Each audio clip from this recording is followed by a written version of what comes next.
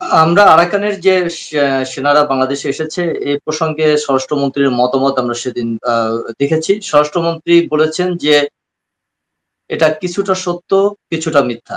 সত্যটা হচ্ছে Arakan army বাংলাদেশে এসেছে, এটাই সত্য। এর ধারাবাহিকতায় আহ ক্ষমতাসীনরা তাদের প্রতিপক্ষ প্রতিহিংসার মাধ্যমে ক্ষমতাসীন সরকারের একটা অংশ, বিশেষ করে ডক্টর ইউনূসের সাথে যারা রয়েছে, তারা প্রতিহিংসার মাধ্যমেই এই দেশের সমগ্র জনগণ এবং যে রাজনৈতিক দলগুলোর ভিত্তি রয়েছে জনমূলে, সেই রাজনৈতিক দলগুলোকে তারা দূরে ঠেলে দেওয়ার জন্য একটা আকাঙ্ক্ষা ব্যক্ত করছেন। এবং সেই আকাঙ্ক্ষাটা ব্যক্ত করছে তারা ছাত্রদের মাধ্যমে, এবং যার মাধ্যমে তারা বহির্বিশ্বের যে সমস্যাগুলো, এই সমস্যাগুলোকে সেভাবে ফোকাস না করে দেশের মধ্যে শান্তি শৃঙ্খলা বিনষ্টের জন্য যে বিষয়গুলো দরকার সেগুলোর উপরে তারা বেশি গুরুত্বারোপ করছে। এবং বিএনপিকে মাইনাস করে দেওয়া হবে, কিংবা কেউ এই চেষ্টা করলেও সেটি সফল হয়ে যাবে, এভাবে সেটা সম্ভব নয়। আবার রাজনীতিতে তারা যে খুব একটা এগিয়ে এসে রাজনীতির নিয়ম হলো যে কেউ ক্ষমতায় থাকবে, কেউ বিরোধী পক্ষে। এখানে নিশ্চিহ্ন করে দেওয়ার প্রশ্নটি অবান্তর এবং অগণতান্ত্রিক।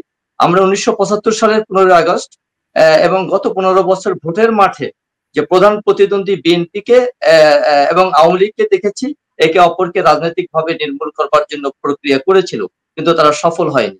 এই সরকারের ভিত্তিমূল নেই, জনগণের মধ্যে তাদের তেমন কোনো প্রভাব নেই এবং গণসংগঠন নেই।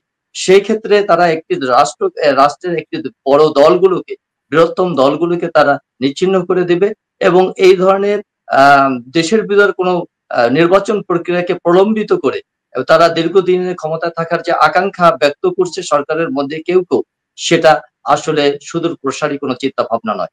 আমরা দেখেছি স্বরাষ্ট্রমন্ত্রী নিজে বলেছেন জনগণ আমাদেরকে 5 বছরের জন্য ক্ষমতায় দেখতে চায়, কিন্তু সেই জনগণ কারা, সেই জনগণের উৎস কি এবং সেই জনগণের সাথে কারা সম্পৃক্ত, সেই ধারণার সাথে কারা সম্পৃক্ত, সেই জিনিস তাদেরকে আমরা দেখতে চেয়েছি। কিন্তু আমরা দেখার পরে বিশ্লেষণ করে আমরা দেখতে পেয়েছি সেই নতুন রাজনৈতিক দলের বন্দোবস্তের সাথে যারা সংযুক্ত এবং জামাতের রাজনীতির একটা অংশ এদের সাথে সম্পর্কযুক্ত। সুতরাং এভাবে একটি রাষ্ট্রে যাদের জনভিত্তি নাই, জন জনরোষের শিকার তাদের অনেকে, তারা এভাবে আসলে দীর্ঘদিন ক্ষমতায় থাকবার কোনো অধিকার রাখে বলে আমরা মনে করি। আর যার শিকড় গভীরে তাকে ধ্বংস বা নির্মূল করা যায় না। আওয়ামী লীগের মতো প্রভাবশালী দল বা শেখ হাসিনার মতো পরাক্রমশালী শাসক টানা 3 মেয়াদে ক্ষমতায় থেকে এই দলকে বা রাজনীতি থেকে বিএনপিকে মাইনাস করতে পারেনি।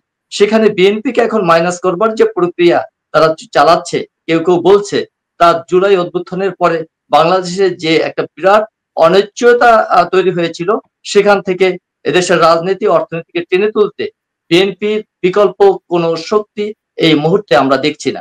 সুতরাং বিএনপিকে বাদ দিয়ে কেউ যদি চিন্তা করে তারা রাজনীতি করবে, ক্ষমতায় দীর্ঘস্থায়ী হবে, এটা আত্মঘাতী একটি সিদ্ধান্ত এবং এই নির্মূলের রাজনীতি আমাদের দেশকে পিছিয়ে দেবে এবং যে আমরা এই বহির্বিশ্বের যে চলমান প্রক্রিয়ায় এবং আমাদের প্রতিবেশী দেশগুলোর সাথে যে অস্থিরতা তৈরি হয়েছে, সেই অস্থিরতা থেকে দেশকে